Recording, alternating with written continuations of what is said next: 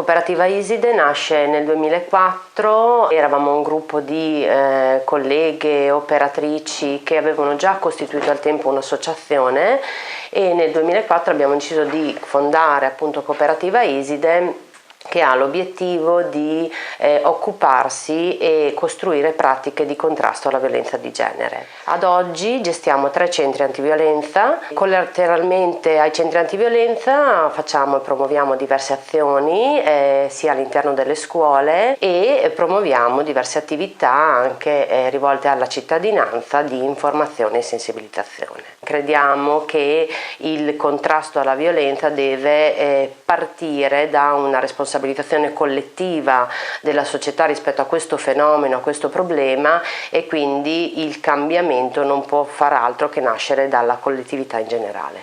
Le donne che si rivolgono a noi sono donne molto diverse tra loro. La fascia d'età più rappresentata è quella dai 40 ai 50, la fascia di mezzo. Ecco. Sono donne che hanno tutto lo spettro dei titoli di studio possibili, ci sono donne laureate, donne manager. Il grosso del lavoro che si fa è quello di leggere bene la loro domanda, la loro richiesta di aiuto e tarare poi su quella l'intervento che noi facciamo. Possono scegliere e possono decidere, forse anche per la prima volta, di fare delle cose, di non farle.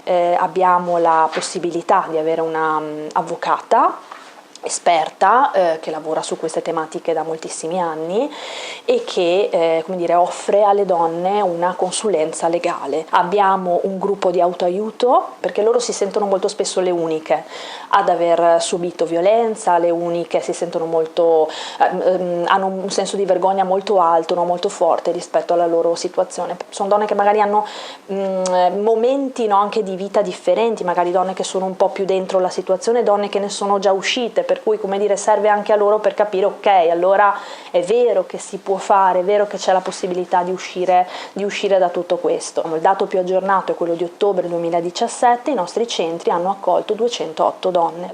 La violenza è un po' un circuito per cui si parte con la violenza psicologica che crea quel substrato di indebolimento della donna e in qualche modo crea quello squilibrio di potere che è proprio delle relazioni maltrattanti, e quindi la donna subisce tutto questo aspetto psicologico molto forte, e la violenza fisica arriva quando la donna tenta di rialzarsi, tenta in qualche modo di ristabilire un equilibrio, una parità.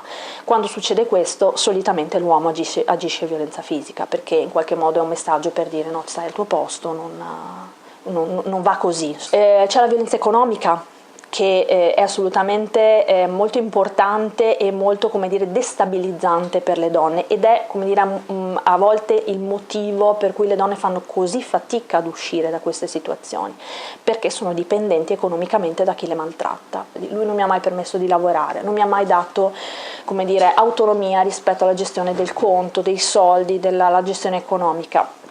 Non ho la possibilità di fare altro. La violenza sessuale molto spesso è inserita all'interno dei contesti matrimoniali, per cui è molto difficile che le donne la riferiscano come violenza sessuale, perché loro dicono vabbè, ma è mio dovere, il famoso dovere coniugale, per cui è mio dovere quello di assecondare i desideri di mio marito. Nominare questa come violenza sessuale per loro è un po' uno shock, perché capiscono che c'è quindi qualcosa che non va, che la violenza non è un fenomeno emergenziale, un fenomeno strutturale, e va quindi garantito un finanziamento che sia periodico, che sia stabile. Facendo due conti, un centro antiviolenza come Dio comanda, dovrebbe essere finanziato con almeno 180.000 euro.